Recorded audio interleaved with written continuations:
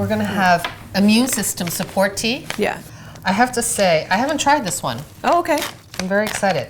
So this is mushroom tea. Yep. And you make it from mushroom extracts. Right. As opposed to, we were holding that tight. Yeah, we do use the extracts of 6 of what are considered the masters in the West. Masters meaning they are the top, medicinal mushrooms studied by the West. So they have the most science-based and research on them. And before we geek out on any science, I would just say to people to look at our website on the FAQ page, because there's a lot of science behind these 6 mushrooms, which are lion's mane, cordyceps, which we talked about earlier, reishi, which is here, and then we also have turkey tail, chaga, and shiitake. Wow. So thank you. So those are the core mushrooms. Yep. That are great for boosting your immune system. Overall, well, almost all mushrooms are overall immune system, but the special benefits, each mushroom has its special quality, its special character, and so the benefits of each of these is really unique to what we're dealing with in this kind of COVID, still third year COVID pandemic world that we're living in. And so what do you think? I love this tea. I drink mushroom tea every morning now, and I just feel like it's just part of my routine. Yeah. And it helps with clarity, it helps with just energy levels, it helps. I have to tell you, I haven't been sick in, I don't know, like literally decades. Yeah. Like decades. Like I don't get a cold. I don't get, me I have, either. knock on wood, I've not gotten COVID. I've not gotten, Yep. and I just feel like if your body is in balance, if your immune system is strong, it's hard for it to get sick. Well, I'll be honest, COVID went through our family. We don't know where we got it from, and we got that latest strain in July, and we just had a cold, like a head cold, so it was a big relief as we're all living in fear of that virus and so on, and to be that long years, so careful, but we were relieved that, we didn't have bad symptoms at all. That's great. With all of us having our, different ailments. That's great. Different bodies. I think more than ever, we really have to take our health into our own hands as much as possible, right? And be responsible. And the reason why I want to do videos like this is that I just want people to know that there's options out there, right? And to understand the power of mushrooms, and that it's good for you. You don't have the side effects as you do with pharmaceuticals. That's right. You can integrate it. If you want your pharmaceuticals, if you want your other most because a lot of people are taking something else. Right, exactly. Even if it's just a small blood pressure pill, or Right, exactly. And I just feel like this can help boost whatever may be ailing them, or help getting their body back in balance. Absolutely. There's really no downside.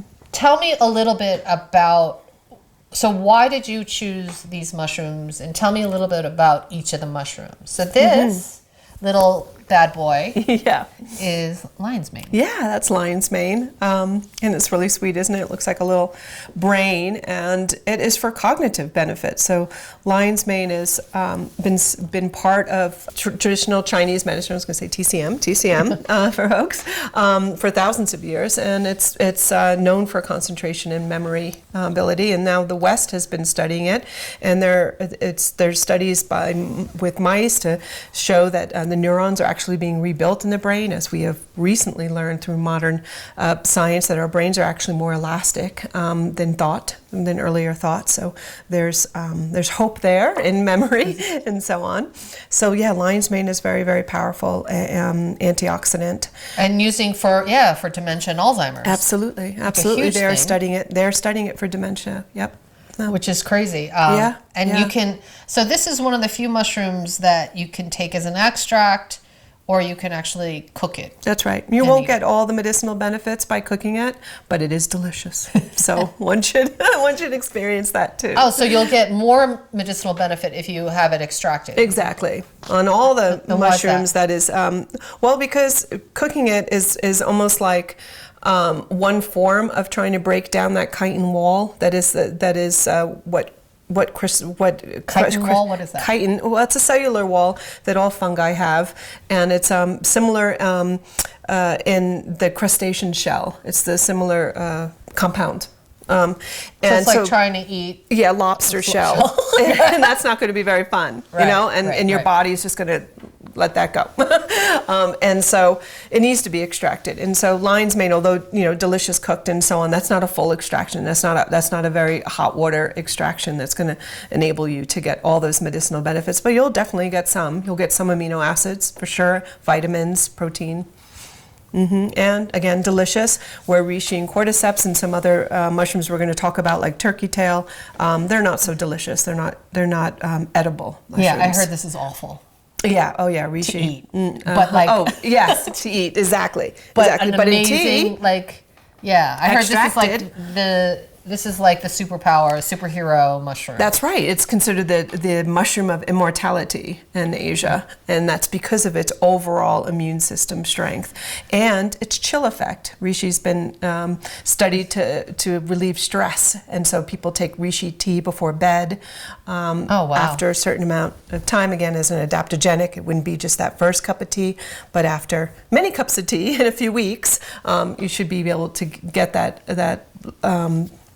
relaxation benefit from reishi. Oh, wow. Yeah. And so why is it good for your immune system? Like a nerve calmer. Well, they're all antioxidants and overall immune system builders with its qualities and its compounds and its amino acids. Wow. Yeah. Is there kind of a stronger effect by taking them together, or does it matter? Like, could you just take reishi and get the same benefits, or just take lion's? You know what I mean? Yeah. Although that's a great question. It's great to take any mushroom, any medicinal mushroom. You know, would be of benefit to your body. But they all, although they have a lot in common. They're, you know, again, antioxidants, anti-inflammatory, antibacterial, and they will have some crossover on polysaccharides and beta-glucans and all these other wonderful scientific and health-oriented compounds. They each have specific character. What makes this one? What makes lion's mane? What makes reishi? Why are they different? Why are they growing and looking different? And why does cordyceps look like Cheetos? I know. And so they have a special. So if you're a special benefit. So if you're looking for instance, help cognitively, then it'd be beneficial to use lion's mane. You can also mix lion's mane with other mushrooms too, but just to make sure that you get lion's mane in there. Wow. Yeah. That's so cool. So you mentioned this word beta-glucans, which you hear a lot when talking about mushrooms. So what is that? Beta-glucans is so interesting. It's a polysaccharide fiber. What is polysaccharide? Okay. A sugar compound, fiber. So it's found in cereal grains, and it's found in mushrooms, and it's found in some plants. And what's interesting about beta-glucans, when we're talking about mushrooms, is that when they're extracted properly from the fruiting body, and what's fruiting body? Is these guys, right? And not the roots, not the mycelium. That I can show you some mycelium here growing. Okay, this is either beautiful or really strange. Creepy. I don't know. It's like it's so its own cool. being for sure. I'm not going to open it up yet because I borrowed this from a local farm, some farm friends of ours that are also farming mushrooms, and I want them to. I want them. It is heavy. I want them to be able to grow this out and extract it. But you can still see. So what is this? This is reishi. This is reishi, a different species of reishi, is a different genus than this one. This is antler reishi, and if you can kind of see here, there's antlers. You know what? I think I might cut it open because now that I'm thinking about it, Shane said, "Please cut it open and show." So there you go. Sure? Yes. Yeah, he did. He did. So, but it's in this packaging because it grows like this, and I know that for mushrooms, it's like critical that there's no exterior contaminants, and that's why it has an air filter. Has an air filter, and also it keeps it moist, right? It's its own little like aquarium practically or something, right? So that's fun. But yeah, let's take a look at it. So this is antler reishi, which is a cousin to the dried reishi I have there, and so you would take. Wow. Yeah, it's so fun. Oh, it's growing on the bag, which happens. Grow all over. Yeah, this is very happy, very, very happy. Wow, this is crazy. Yeah, so this is how it's growing, and it tends to grow in the bag a little bit too. It looks like little marshmallows on Yeah. Here it grows on the bag. That's okay. So mycelium. Oh, look at that. Mycelium is the roots of the mushroom, and that's here. That's eating the substrate. When it's ready, when the mycelium is ready and the conditions are right, then it will fruit. And so these are the fruiting bodies, as they're called, of antler reishi. And this is really, really powerful medicinal mushroom when extracted. This is the substrate it grew on. The white is Which the mycelium. Is green. It's just like rice or whatever. Yes, right? but it depends on the mushroom what they want to eat. This one likes to eat this grain, millet. Some mushrooms like dirt, more of a dirt soil mixture. Some mushrooms want straw. They're much better in straw, like oysters. We farmed a lot of oyster mushrooms. We'll be eating those for lunch. But this is, so this is the fruiting body of antler reishi. And what one would do is once it's, it can grow a little bit more. It's really fun that it has white tips, right? Once it grows a little bit more, then you would harvest it off the mycelium, harvest the fruiting body, and extract it. And that's so crazy. Reishi is hot water and alcohol extractions to create those tinctures. And if you do powder form like we do, then that tincture, that very powerful, potent liquid that comes off that first extraction, sprayed and dried into a powder form. So that's just how we serve it. That's how it's served in capsules nowadays and to make teas. But and this is great also for your immune system as well. It's great for your immune system, Reishi. The fabulous mushroom of immortality. It is also known as a stress reducer. Exactly. Sounds good, right? Sounds really good. And it's also a wonderful stress reliever, which we need these days, right? So Reishi is really known to calm your system. People take it if they have high anxiety and so on. It's a really nice supplement to take as an adaptogen over time that will work with your body. It's not going to interfere with anything you're taking. And I'm assuming that, so it's really important also, or is it, that you have organic mushrooms? I always go organic first, right? I mean, mushrooms, anything in our, that we put into our bodies really should be, but it's sometimes hard to control that in our culture. But yes, because mushrooms are like humans and they eat what's around them. And so if they're going to eat pesticides or chemicals or something, it's some mushrooms, it's a longer conversation, some mushrooms can actually change the compounds, and that's called myco remediation. And that's, they're using mushrooms for oil spills. And then those mushrooms, change the compounds. Actually change the compounds of oil, the molecular compounds. But they don't always, and you're not always sure. And so you have to be careful about even foraging. Where are you foraging from? What was on that land first in that soil? How is that soil? Some mushrooms myco-remediate, some don't. Right. So what are some of the other mushrooms then that are great for the immune system? Yeah, well, we featured turkey tail. Turkey tail has gotten a lot of press lately. And it looks like a turkey tail. It looks like a turkey tail. That's why they call it. That's why they call this antler reishi, right? Turkey tail has like a fan with colors not unlike this, bands of color that look like a turkey tail, at least the ones that we're used in North America.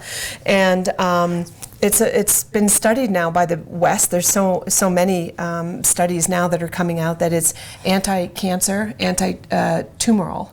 Wow. So those are things on people's minds, and so the West has been putting a lot of money into those studies, including the National Institute of Health.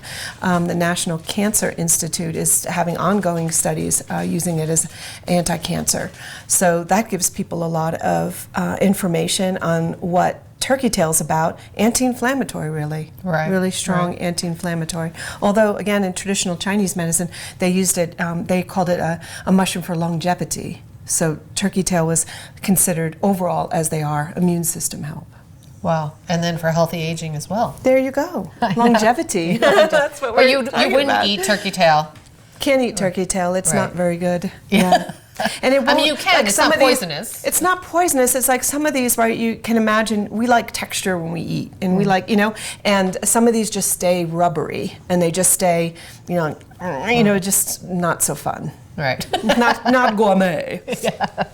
So we're talking lion's mane, cordyceps, reishi, turkey tail that we just talked about, and then we have chaga. Chaga looks They're like A conch is actually not a mushroom like this, but it's in the fungi family. It's a conch, grows on trees and birch trees in Siberia and other places.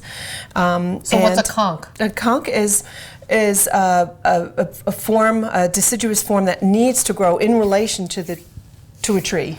So it's going to grow off a tree. It's wood-like. Like shiitake. Wood-like feel. Is shiitake too? Because shiitake grows on trees too, no? A lot of them do grow on trees, but they're not taking those compounds from the tree and becoming like a piece of the tree. Right. Oh, I see. Oh. So it's wood-like. Chaga, and chaga comes in these wood pieces. I don't have any here. I wish I did. They're like wood chunks, and you extract those wood chunks and make tea out of them, like they have been doing in Eastern Europe and Asia for thousands of years. Wow. Chaga, and chaga, has very specific medicinal benefits besides like overall health, for your skin benefits. It is a moisturizer. Moisturizer? I say that like my New York accent. A moisturizer. It's a moisturizer. Yes, and digestive qualities. So it's interesting. Yeah. That's so cool. Yeah, I know. Chaga's fun. Even just saying the words, just fun. Chaga. Chaga. You want some chaga? Yeah, I know. It'd be a good pet name maybe or something. And then, and then the last one is shiitake, which you mentioned. I like how you say it as a Shiitake. person. Yeah, exactly. Speaking of Japanese heritage. Shiitake, most folks, well, not most, folks might know shiitake because we do eat it if you eat some Asian influenced food. Shiitake is widely used in Asian cuisine, but it's also a medicinal mushroom and very unique in its own context of what it can offer once you extract it, of course. Yes, and it's like with button mushrooms, we had shiitake mushrooms, it's like that common in Japan. So it's right. I think that, who knew that it was like, had a superpower? Yes, and its superpower is actually cardiovascular. It lowers your bad cholesterol. So does it really? It does. It does. So it's. And I think a lot of people need that. I know. And although it's been farmed in Japan, I don't know if you've ever seen it farmed when you've been in Japan, but it's farmed in Japan for centuries. There's whole towns that farm it, and that's where the name comes from, shiitake, because shi is the tree and take means tree, so it's shiitake in Japan, and they've known for centuries and centuries of its qualities of medicinal, again, overall immune system health as our cardiovascular system. The West now is coming out with studies saying, oh my God, it lowers bad cholesterol here. This is why, and so on. So that's pretty fun. That's so awesome. So are there any benefits to, where's that one? So are there any benefits to having it as a powder form versus a capsule versus a tincture? Or I'd say no, as long as it's extracted. Right. So that's what you want. And then it's organic. Yes. Well, absolutely. Yeah. And then, I mean, this is kind of immune system related, I guess. Totally, and healthy aging related. Yeah. Right. So this is your sexual vitality blend. Yeah. Which, as we get older, sometimes it just really goes down the toilet. It really does. You're like, I still love you, honey. But I don't know what's happening. Oh man, it's so true. It's so true. So that's why, cordyceps is going to be a part of that. Cordyceps for stamina and so on, and also known as the Himalayan Viagra. And then shiitake, of course, because we're talking about cardiovascular, we're talking circulation, all right? So you need that circulation. And then chaga overall for immune system building is really, really strong and known for sexuality for traditional medicine. So it's fun that chaga also has that quality. That's so great. And I think, looking at sexual health as part of your health, your overall health, I think is really important, right? Absolutely. People are shy to talk about it, and a lot of when we're getting into retail stores now, we're like, the retail stores want the immune system builder, they want the healthy aging, and and we're like, this is part of life. This is happy. Yeah. So I think there's just a fear and stigma around it for whatever reason, That's right? That's it's right. It's like, and I think it's so great that you've created this as well. Thank you. I just love the fact that, you put in your tea. I have to say, like, my aunt was like, mushroom tea? Yeah. I'm like, what? And there's mushroom coffee out there now too. But definitely. But I don't know why, but for me, it sounds delicious. But for so many people, Yeah. I think there's just this wall of, That's right. you know, you're just supposed to have that with your vegetables as a side Yeah. with Yeah. your dinner, Yeah. not as a tea. Yep. And, but it doesn't taste like anything. I mean, actually, Right. this smells really nice because you put some herbs in here as well. Yes, well, this one is the full mushroom, but the other two do have herbs in it, and that'll give it some of its flavor. You know, these have synergenic herbs for estrogen and hormone levels, supporting and so on, and balancing, like maca, nettles, licorice, rose hips. So this has 7 different synergenic herbs, and the healthy aging one, which was here somewhere, there it is.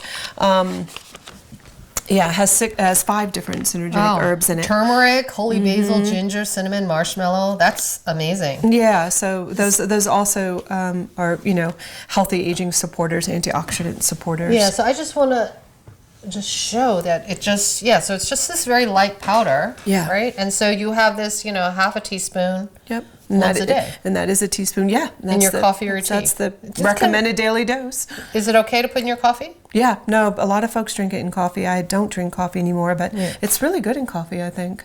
Yeah, I don't feel like it doesn't overtake the taste of the drink or whatever. Yeah. Can you put this in cold drinks?